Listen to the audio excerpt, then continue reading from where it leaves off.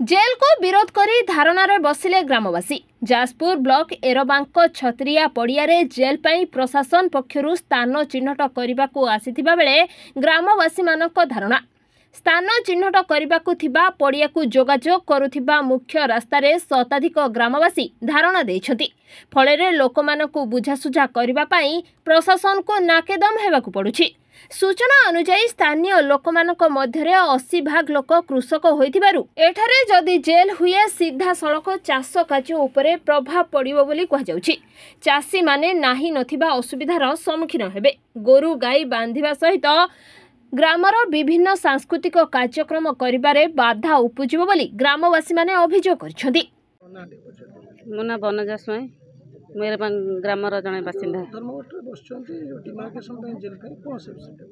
आम चाहूँ ये आमर गोचर पड़िया आम जेल ये करदेबुन कहीं आम गाँव बासी बहुत असुविधा हम आम ये जेल चाहूनु।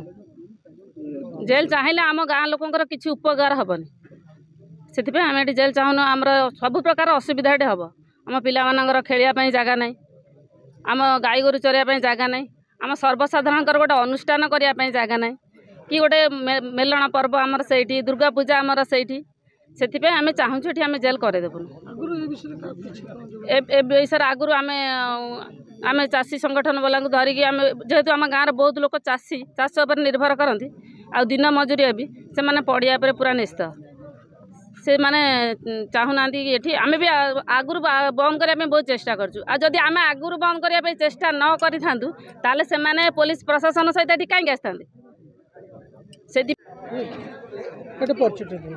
मु शुभेन्दु कुमार सामल घर एरबैंक पंचायत एरबैंक मु गोटे साधारण लोक यही गाँव आज आम गाँव में पूर्व 2019 मसीह प्रकल्पित थिबा गोशाला आम पूर्वतन सरपंच महोदय गोटे प्रोजेक्ट देते कारण आम गाँव में हजार हजार गोरु किंतु भाई ये जमी बाड़ी समस्या बहुत जे कि साधारण लोकों पारे डिसमिले 2 डिसमिल जगह ना घर द्वार करके गोरु को कौट रखिए। एणु आम गाँ लोक गोशाला राजी है सरकार को एक दाबी पत्र देते जे आम छतरिया पड़िया गोटे गोशाला निर्माण करने। एणु सरकार से नथिपत्र टोटाल संपूर्ण भाव बंद कर देते ताकू बंद करदे जितेबाला सरकार 2021-22 जेल प्रकल्प आसला से नथिपत्र खोली बर्तमान एरबांक ग्रामवासी मुंडरे एटा लदी दौरान ये जबरदस्त जेल हम जहाँकि आम पंचायत मध्यम किंबा आम ग्राम मध्यम पब्लिक पिटिशन बा जनशुणाणी किछि हैने। प्रायतः 6/5/2023 मसीह प्रथम ये demarcation tehsildar collector IG SG आप जेल सुपरिटेडेंट समस्ते आसते से आम जानी नथिलु जे कौन हवा जाऊँ आम जानिलु जे जेल हवा जाऊँ। एणु साधारण लोक एमाने खटिकिया मूलिया लोक प्रायतः 98 भाग लोक एमानकर भूमिहीन रोजगारक्षम एमाने कहीं ना एमाने प्रायतः बाहर को गुजरात सुराट बाहर को जाई दादन खटुचंती परिवार प्रत्येक लोक नले 2 ओली 2 मुठा खाइबा को पाइबेने। मैक्सिमम लोक गोरु छेली मेंढा चरई प्रायतः पाखापाखि आम गाँव 500 परिवार ये पड़िया पर निर्भर कर चलुचंती। आवाह कालरू एटी आमर महापुरुष जे कि आम मानक ज्ञात ना आम जेज मैंने भी कहीपरें जे सेठी केते मसीहारू कौ वर्ष से ठाकुर को सेठी प्रतिष्ठा करा जायतिला जो बरगछ सेठी अच्छी से जगार भी महापुरुष अच्छी ता पाखरे आम ग्रामवासी एकत्रित होई सेठी आम गोटे जगन्नाथ अनुष्ठान बा जगन्नाथ महायज्ञ सेठी करा जाउछि प्रति वर्ष पूजा मेला एपरिकी व्यापक परिमाण रे वृक्ष एठारू लोप पाइब जहाँकि सीधा सड़क कृषि कार्य क्षति कराइब। पिला माने खेलकूदरू वंचित रहिबे। एहाकू आखि आगरे रखी एही विरोध आरंभ होइछि। स्थान चिन्हट पाई व्यापक पुलिस जाजपुर तहसीलदार कर्मचारी मानक सहित सदर पुलिस बरी पुलिस जिला पुलिस घटनास्थल में मुतयन करा जायतिला। उक्त कार्यक्रम रे पुलिस हाउस कटक शाखा मध्य जोग देइथिले। तहसील और पुलिस पक्षरु ग्रामवासी को जेते बुझासुझा करथिले सुधा ग्रामवासी मानक तहसील और पुलिस पक्षरु ग्रामवासी मानक जेते बुझासुझा करथिले सुधा ग्रामवासी मानक जिद्रु ओहरी तहसील और पुलिस पक्षरु ग्रामवासी को जेते बुझासुझा करथिले सुधा ग्रामवासी तांको जिद्रु ओहरी नथिबारु तहसील प्रशासन चिन्हट कार्य को बंद रखी स्थान परित्याग करथिले। मु अजय पड़ियारी घर एरबैंक पंचायत एरबैंक ମୁଁ ଗୋଟେ ଚାଷୀ ଲୋକ ଆମେ ଚାଷ ଉପରେ ନିର୍ଭର କରୁଛୁ। ଏ ପଡ଼ିଆରେ ଖଳା ଅମଳ ଦମଳ କତରୁ ଆରମ୍ଭ କରି ଏଠି ଗାଈ ଗୋରୁ ଏ ପଡ଼ିଆରେ ନିର୍ଭର କରୁଛନ୍ତି। ଆମେ ଏବେ ଶୁଣିବାକୁ ପାଉଛୁ ଯେ ସରକାର ତରଫରୁ ଗୋଟେ ପ୍ରୋଜେକ୍ଟ ଡିମାର୍କେସନ୍ କରି ସେଠି ଜେଲ୍ କରିବାକୁ ଚାହୁଁଛନ୍ତି।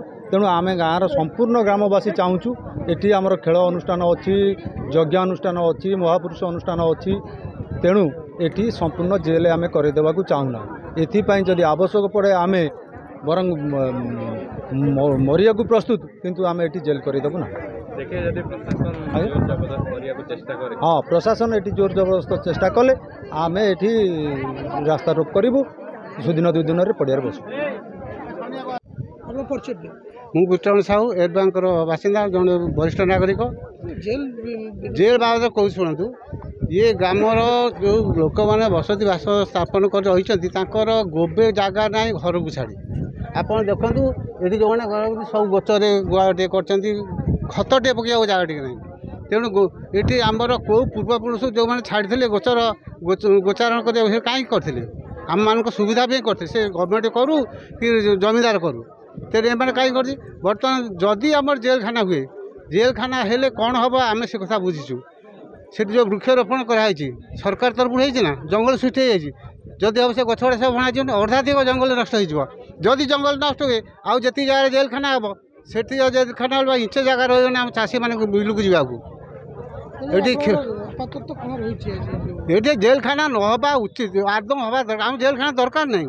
ଜେଲଖାନା ହେଲେ ସବୁ ଅସାମାଜିକ ଲୋକ ଆସି କହିଦେବେ, ତାଙ୍କର ସହିତ ଯୋଗାଯୋଗ କରିବାକୁ ଅସାମାଜିକ ଲୋକ ଆସିବେ ଏଠିକି। ସେ ଯାହାଫଳରେ ଏଠିକି ଆମ ସ୍ତ୍ରୀ ଝିଅ ପିଲାମାନେ ଯାଉଛନ୍ତି ଠାକୁର ପୂଜାପୂଜି କରିବାକୁ, ସେମାନଙ୍କୁ ସାହସ କରିବେନି, ଭୟ କରିବେ ଯିବାକୁ ସେ ଜାଗାକୁ। ତେଣୁ ଏରବାଙ୍ଗ ଦମୟନ୍ତୀ ସ୍ୱାଇଁ ଏରବାଙ୍ଗ ପଞ୍ଚାୟତର ଜଣେ ଗୃହିଣୀ ବାସିନ୍ଦା। ଏତିକି ଅନୁରୋଧ କରି ମୁଁ କହିବି ଯେ ଆମର ଯେଉଁ ପଡ଼ିଆଟି ପୂର୍ବତନ ମହାପୁରୁଷ ଠାରେ ଆମର ବାପ ସାନ୍ତ ଅଣସାନ୍ତ ପୁରୁଷ ଆମେ ଏବିକାର ଜାଣୁଛୁ ଯେ ସେ ପଡ଼ିଆଟି ଆମର ବହୁତ ଦୀର୍ଘକାଳର ମାନେ ଥିଲା। ସେଠାରେ ଆମର ବହୁତ ଅନିଶ୍ଚିତ ପ୍ରଥମ ଗୋଟିଏ ଜେଲ୍ ହେଲେ ଗୋଟିଏ ଆମକୁ ଅସୁବିଧା ଏଇକି ଯେ ଆମର କୌଣସି ପ୍ରକାର ଆମେ କୌଣସି ପ୍ରକାର ଚଳିପାରିବୁନୁ। ଝିଅ ବୋଉ ସ୍ତ୍ରୀ ଲୋକମାନେ କୌଣସି ଚଳିପାରିବୁନୁ। ଦ୍ୱିତୀୟରେ ହେଉଛି ଆମେ ଶହ ଶହ ଲୋକ ଯେତିକି ପଞ୍ଚାୟତରେ ରହିକି ଅଛୁ, ଆମ ଏରବାଙ୍ଗ ବାସିନ୍ଦାର ସମସ୍ତ ଆମେ କର୍ମଚାରୀ ଯେତିକି ଅଛୁ, ଆମର ସ୍ୱାମୀମାନେ ପଦାରେ ଖଟିଲେ ଆମେ ଗୋରୁ ଗାଈ ଛେଳି ମେଣ୍ଢା କରି ଆମେ ଚଳୁ। ତେଣୁକରି ଗୋଟିଏ ଅନୁରୋଧ ଆମେ ଚାହୁଁଛୁ କି ପଡ଼ିଆଟି ଆମର ସେମିତି ଥିବ, ଆମେ ସେଇମିତି ଡିପେଣ୍ଡ କରି ଚଳିବାକୁ ଚାହୁଁଛୁ। ତେଣୁକରି ଆମର ଗୋଟିଏ ରିକ୍ୱେଷ୍ଟ ସମସ୍ତ ବାସିନ୍ଦାମାନଙ୍କୁ ଆମେ ଚାହିଁକି ଅନୁଷ୍ଠାନଟିଏ କରୁଛୁ। ଆମେ ଆଗରୁ କୌଣସି ପ୍ରକାର ଏସବୁ ବିବେଚନା ଜାଣିନଥିଲୁ, ଆମେ ଚାହିଁଥିଲୁ ପଡ଼ିଆଟି ଆମର ଅଛି। ତେଣୁକରି ଆମର ଏଠି ପ୍ରଶାସନକୁ ଆମେ ଏମିତି ରିକ୍ୱେଷ୍ଟ କରି ଯାଉଛୁ, କୌଣସି ପ୍ରଶାସନ ଚାହିଁଛନ୍ତି କି ଆମର ଜେଲ୍ଟି ଏଠି ଉଦ୍ଭାବନ ହେବ, ଆମକୁ ଗୋଟେ ରିକ୍ୱେଷ୍ଟ ଅଛି ଯେକୌଣସି ଜାଗାରେ ଗୋଟେ ବଡ଼ ପଡ଼ିଆ ଅଛି ଆପଣ ସେଠି ରିକ୍ୱେଷ୍ଟ କରନ୍ତୁ। କାହିଁକିନା ଆମର ସମସ୍ତେ ପୁଅ ଝିଅ ଆମେ ଚାହୁଁଛୁ କି ଜେଲ୍ଟି ଏଠି ନ ହେଉ, ଆମର ଗୋରୁ ଗାଈ ଗୋଚ ଚଳିବେ। ଆମର ଅନୁଷ୍ଠାନଟି ବହୁତ ଦିନ ଆଗରୁ ହେଉଛି। ଏବେ ଆମର ଗତ 4-5 ବର୍ଷ ହେଲା 3ଟି ଅନୁଷ୍ଠାନ ଆମେ ଆରମ୍ଭ କରିଛୁ। ଆମ ପୂର୍ବପୁରୁଷରୁ ଯେକୌଣସି ମହାପୁରୁଷ ଅଛନ୍ତି ସେମାନଙ୍କୁ ଆମର ମହାପୁରୁଷ ଭାବରେ ମହାପୁରୁଷ ଲୋକ ବି ଆମର ସେମାନଙ୍କୁ ଅନୁଷ୍ଠିତ କରିଆସନ୍ତି। ଏବେ ଆମେ ଚାହୁଁଛୁ, ଆମେ ଜାଣିଥିଲୁ କି ଯେ ଆମର ଯେକୌଣସି ଜାଗା ହେଉ ଏଠି କିନ୍ତୁ ଆମେ କିଛି ଆମ ପଡ଼ିଆଟି ଆମେ ଚାହୁଁ। ଆମର ଗୋରୁ ଗାଈ ପ୍ଲସ୍ ଆମର ହେଉଛି ସ୍ତ୍ରୀ ଲୋକମାନେ କି ଭଲ ଲୋକ ଚଳିବାକୁ ଚାହିଁବେ। ରାତି ପାଇଲେ ଭଲ ନାହିଁ। ଯଦି ଏଠି କୌଣସି କଏଦୀଖାନା ହୁଏ ଆମର ଘରୁ ସମସ୍ୟା ବାହାରେ, କାହିଁକିନା ଆମର ଘର ଛଡ଼ା ଆମର ଏଠିକି ଚଳିବାକୁ ଜାଗା ନାହିଁ। ଆମେ ସମସ୍ତେ ବାସିନ୍ଦାମାନେ ଗୋଟେ ଜିନିଷ ହେଉଛି ସମସ୍ତେ ଆମେ ଚାହୁଁଛୁ ଯେ ଆମେ ସମସ୍ତେ ଗୋଚରେ ଡିପେଣ୍ଡ କରୁ।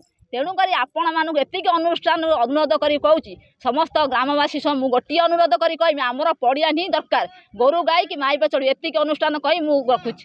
ବରୀରୁ ପ୍ରଶାନ୍ତ ଦ୍ୱିବେଦୀଙ୍କ ରିପୋର୍ଟ, ରିପୋର୍ଟର୍ସ ଟୁଡେ।